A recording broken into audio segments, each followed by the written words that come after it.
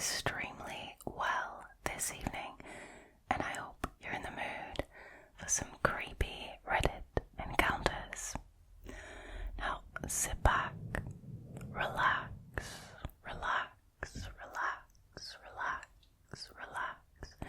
get comfortable, get cozy, and get ready to be spooked. Now with that being said, and of course as always, without any further ado,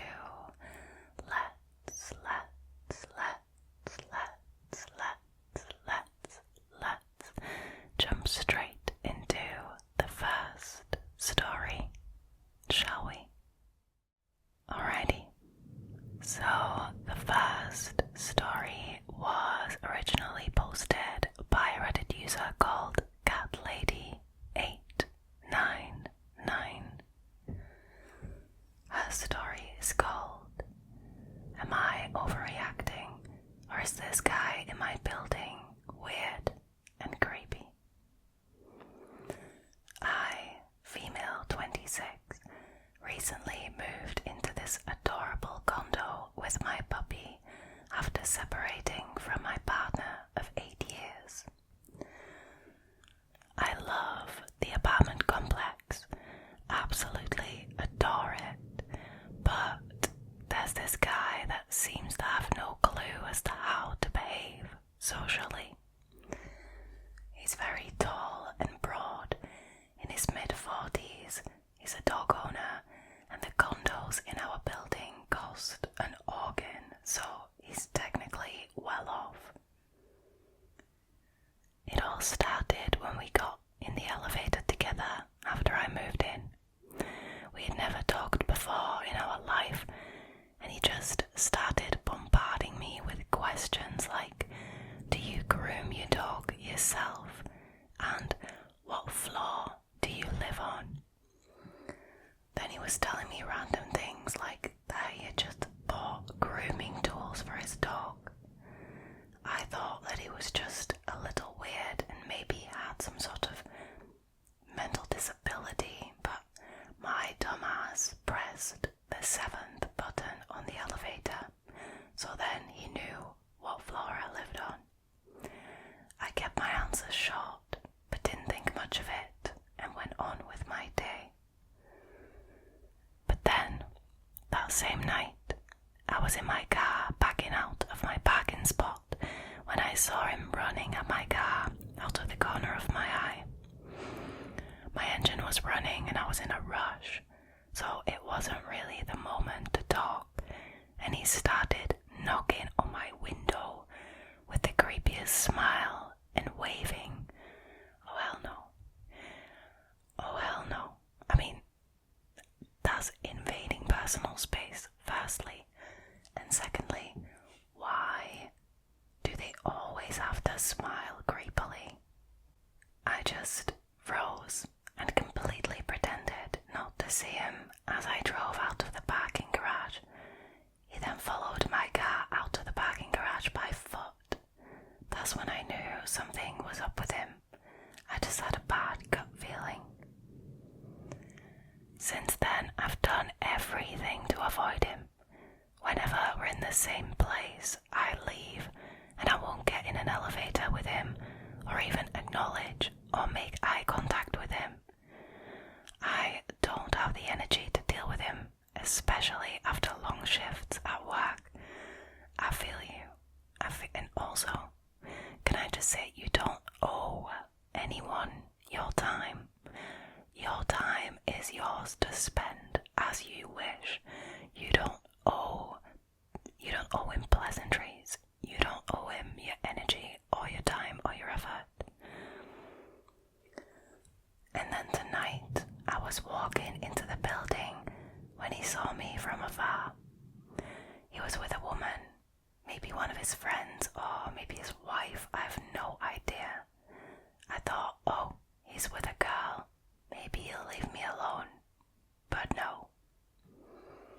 First thing he does is speed walk right to me and go straight for my dog and try and pet her without asking. Now my girl is the sweetest on earth and she's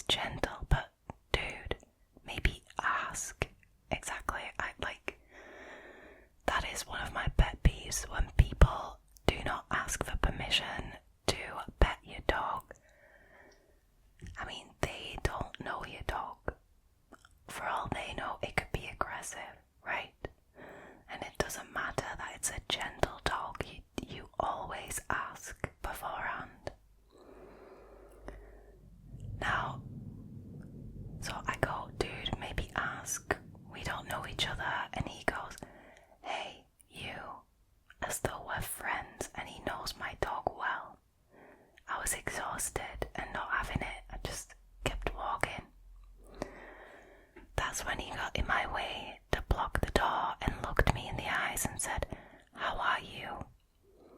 "Sir, it's 10 o'clock at night. I don't know you. I don't owe you my time or my energy." I didn't answer, blew him off again, and walked around him on the other side. I heard him yell aloud, "For fuck's sake," as I was walking away, like he felt disrespected and I had no manners. I've shown him repeatedly that I'm not friendly or interested in talking to him, but I've been here 2 months and I'm already stressed about walking out of my apartment. See, that is really not okay. And I mean, by all means, be rude. If that can help you stay safe, by all means, be rude, right? And he noticed that I want nothing to do with him. It is clearly pissing him off as I'm not giving him what he wants, which is my attention. His reaction tonight proved that. But the one time I was nice to him, he followed me into the garage to my car, so what am I supposed to do? I feel like this man would take basic human decency for me being into him, and then always come up to me and try to talk to me when he sees me. I am gonna have to agree that he does strike me as the type of person who would mistake common decency for being interested. I've decided to notify my landlord about it because I have to take out my dog multiple times a day to do her business because I work from home, so I'm always moving around and the odds are I'll keep running into him. I'm waiting to see how they'll respond to me sharing my concerns and feeling uncomfortable. Maybe they won't care, or maybe they'll do something. What would you do if he comes up to me again? I'm thinking the only thing that will work is tell him straight up that I'm not interested in talking to him and that I don't even know him and I don't want to talk, because me ignoring him is clearly just angering him even more.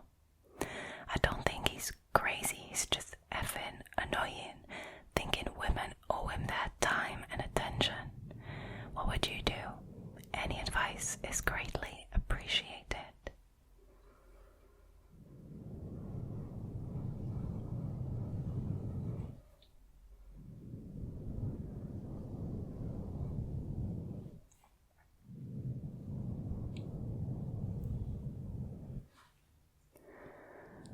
Wow, honestly, firstly, I just want to say how sad is it that you go through a breakup with your partner of 8 years, which, regardless of how that relationship ended, is a very difficult thing to go through.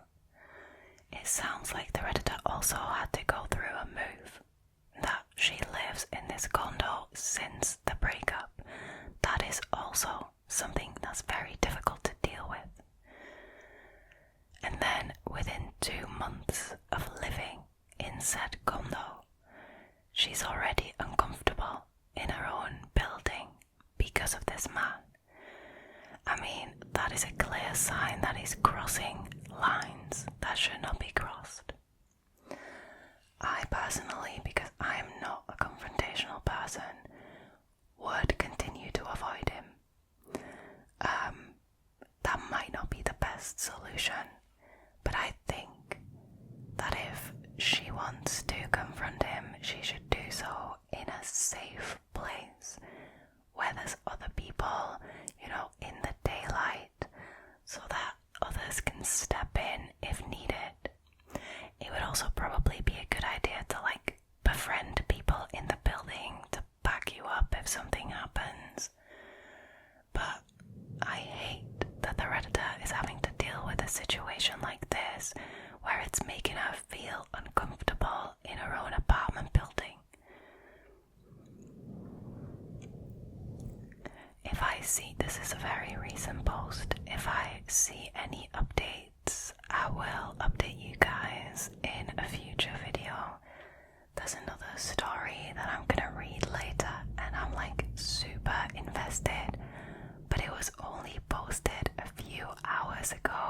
so I'm keeping an eye on it for updates. But anyways, I'm jumping the gun on that because we're not there yet.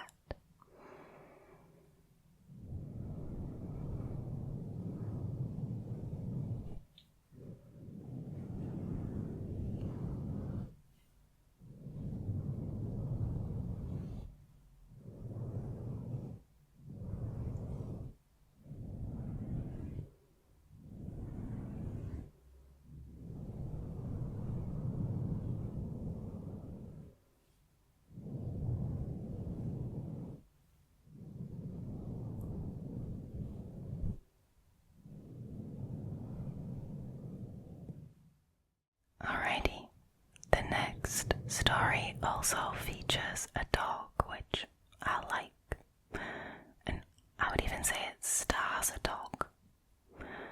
This one was originally posted by a Redditor called Derby0-0. Her story is called If You Don't Trust Your Gut, Trust Your Dog. I, 25 female, had an experience about 4 days ago that I haven't been able to shake.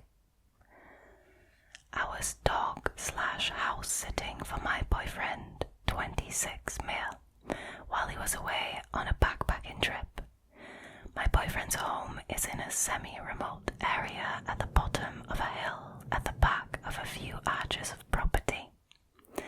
He's right next to the highway, which has opposite to us a small rural neighbourhood.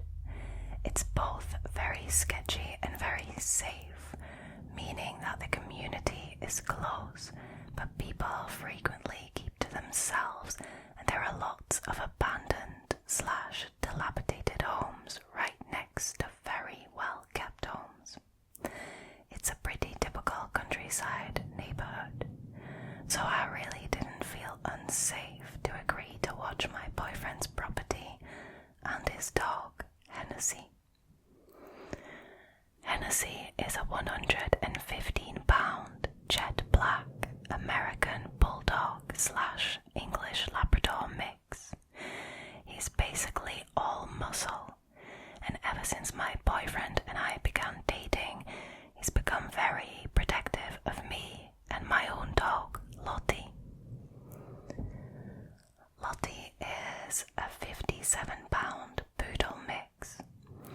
I cannot walk Hennessy and Lottie at the same time on my own, and so I usually walk Lottie alone and then go back and get Hennessy to walk him alone. We do about 30 minutes of walking each, and I like to take Hennessy after Lottie at night because I feel safer with him as it gets later. This is important because this was the case about 4 nights or so ago. I was about 3/4 of the way through my walk with Lottie when I got this really weird feeling that I was being watched.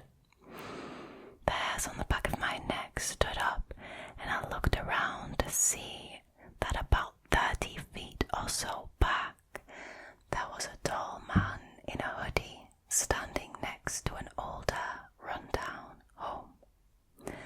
I instantly thought the hoodie was weird. I live in Northern California and it's early August. It doesn't get colder than 87 degrees in the evening, especially when the sun is still setting like it was at the time.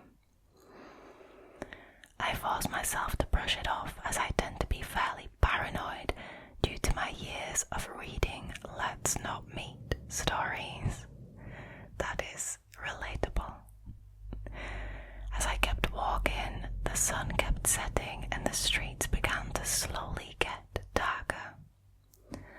I would glance back from time to time and noticed that the man was keeping pace with me, not breaking that 30-odd foot distance. If I turned a corner, so did he. If I sped up, so did he.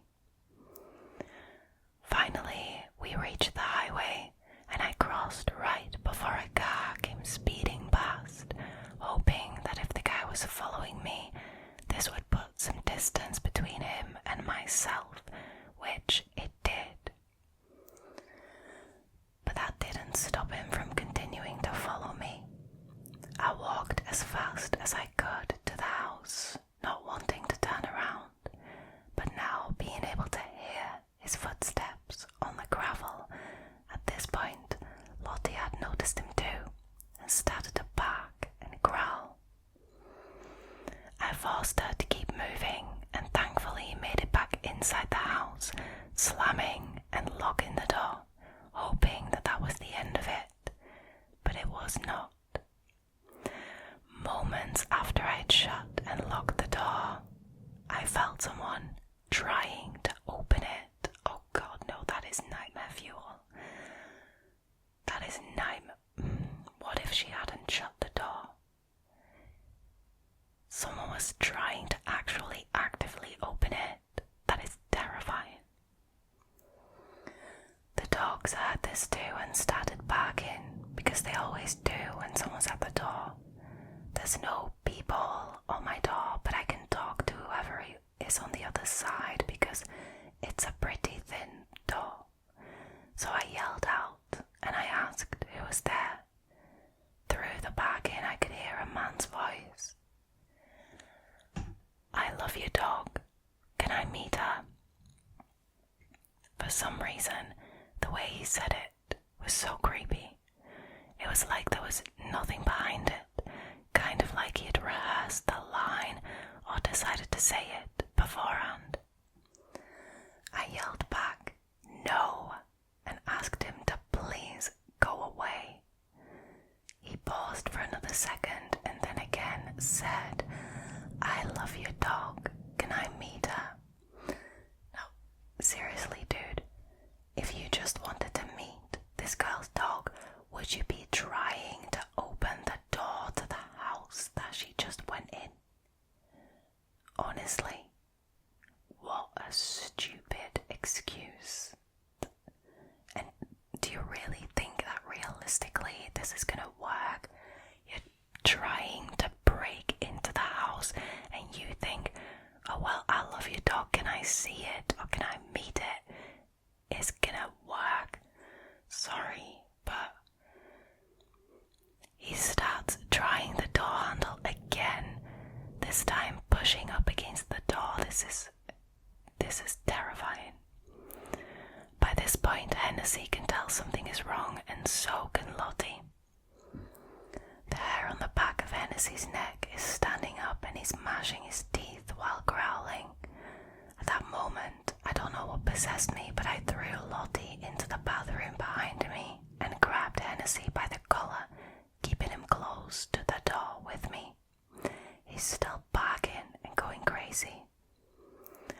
I hear the man repeat that he wants to meet my dog again, dude, again. And I yelled out, "Leave." He paused and then slammed into my door. I can't imagine how terrifying that must be to go through. Bear in mind that she is alone at this house. She has the dogs, but she's alone, okay? This guy's actively trying to basically just barge in. I don't know. Kick the door down. That is insane. I saw the door move, and at that moment, I unlocked the door and opened it just wide enough that Hennessy could get about halfway out. He's going bonkers at this point. My hand is starting to hurt from holding him back. I can hear his teeth clacking as he ferociously jumps towards the man. Well, this dude was not expecting Hennessy. He stumbled back, almost falling over, and cursed as he scrambled to stay off the ground. He didn't even look at me, and instead booked it up the hill as fast as he could and out of sight. I managed to pull Hennessy back in and called the cops to tell them what had happened. I never got a good look at the guy, and they basically told me there wasn't anything I could really do, but they did take my statement and told me they would contact me that's not going to happen, but who knows. I am so thankful for Hennessy. After all of that, I snuggled up with him and Lottie that night and cried because it had all hit me how terrifying that was. Yeah, I can absolutely imagine. I literally went out the next day and bought him the biggest bone I could find from a pet store nearly an hour away because he had earned it. I also got Lottie something too. I don't know why this creep didn't get the hint when I had 2 dogs barking inside, but my assumption is that he didn't really realise that he was hearing 2 separate barks, or assumed that if I had 2 dogs, they were both like my puffy poodle. That is to say, he wasn't afraid. I'm so thankful the guy didn't have a firearm, and looking back now, I probably should have just called the police and kept my door closed. But I hope that maybe because he saw Hennessy, he'll know not to come back and mess with us, because if he does, I'll let my sweet boy rip his arm off. Not loving that wording necessarily, but obviously this guy's incredibly creepy, way out of line. He's committing a crime, he's trying to break into a house, so I understand the reaction.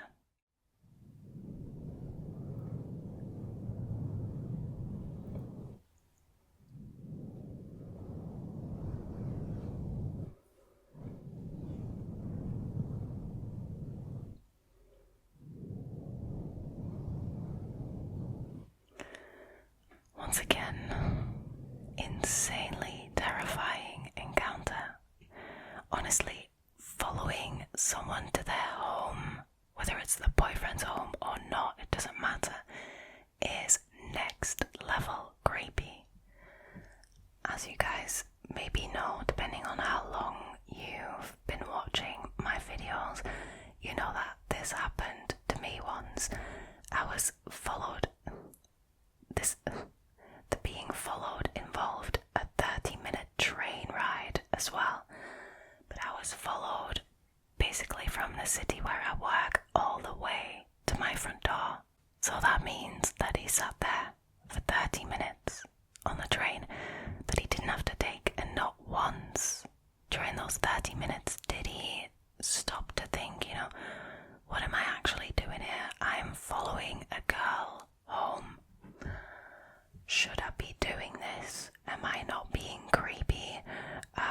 The legality of that is very questionable as well. It is horrible. And once again, this is a situation where it causes you to not feel safe in your own home anymore.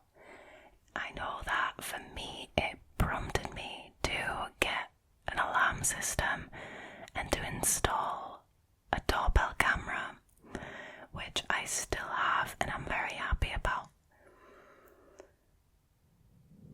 I would personally agree with what the Redditor says last, that it would have been better to keep the door shut and locked and to just phone the police, only because if she had done that, the police might have been able to show up in time to catch the guy in the act, because now there's no description, there's no nothing, so it's unsurprising that they couldn't really do anything about it. But I would not want to go through this. I would not want to go through this, and I'm glad that Hennessy managed to scare off this dude.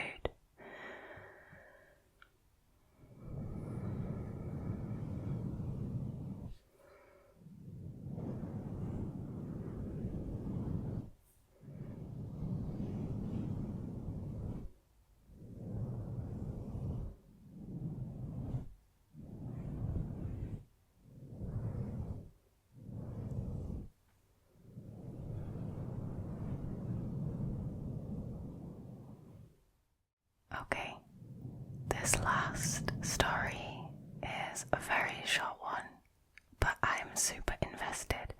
At the time of filming, this was posted 20 hours hours ago, so not even a full day ago. It was originally posted by a Redditor called Kangaroo Common 7884, and their story is called "Did I Just See My Neighbour's Wife After 3 Years, or Is Hostage?" My neighbour Tom rents his home and doesn't seem to work. He just sits on his porch, smoking pot most days. We've always kept to ourselves, but when I moved in 3 years ago, he introduced me to his wife, Susie. She didn't say anything and quickly went back inside. After that, I only ever saw different women come in and go in, so I figured Susie was either made up or not really his wife, since I never saw her again. Well, see, this is what I don't understand. Susie can't be made up because the Redditor did see Susie. She just went back inside quickly. Anyways, that's not super relevant to the story. But today, for the first time in 3 years, I saw Susie outside. She looked like she hadn't seen sunlight in years. Pale, mentally unwell, and staring at the ground. She might even be disabled. As I pulled into my driveway, Tom quickly rushed her back inside. Now, I am really concerned that she's been kept inside all this time. Am I overreacting, or is this something I should be worried about? Also, Tom has several vehicles, but only one is ever at the house at a time. He's got a beat-up red Tahoe, a nice truck, a van, and a newer silver Tahoe. It changes depending on the day of the week which one he's driving. That is odd. Especially that they're not at the house at the same time. That is weird. I've always found it odd, especially since it seems like he doesn't work, and I initially wondered why Susie never had a vehicle.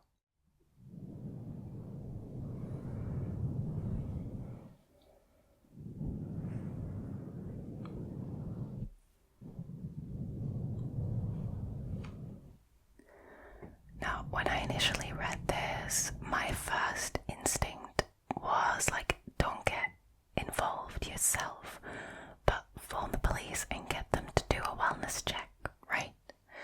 And it seems like a lot of Redditors agreed with me in the comments, because there was an update from the Redditor saying, based on everyone's feedback, I've decided to call for a wellness check tomorrow on my way out of town. I've since investigated a bit more and looked up the license plates on 2 of the 4 vehicles he rotates out, and neither match the vehicles that they're on. So there's definitely something sketchy going on with the cars.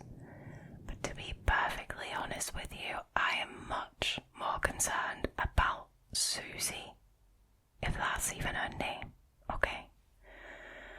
So I am going to keep an eye on this one because I feel emotionally invested, and I need to know what's going to happen to Susie and whether she's alright.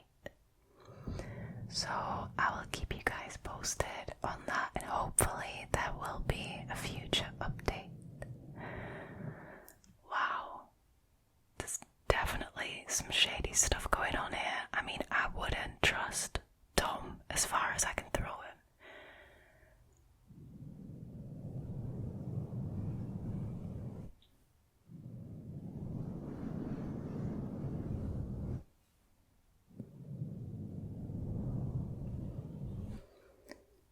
Alright, you guys, that was it for tonight's scary stories. Thank you so much for choosing to hang out with me again tonight. If you liked this video and you haven't already, please consider liking this video, subscribing to the channel, and leaving a comment down below. It really helps, and I also just really enjoy reading you guys' guys' comments.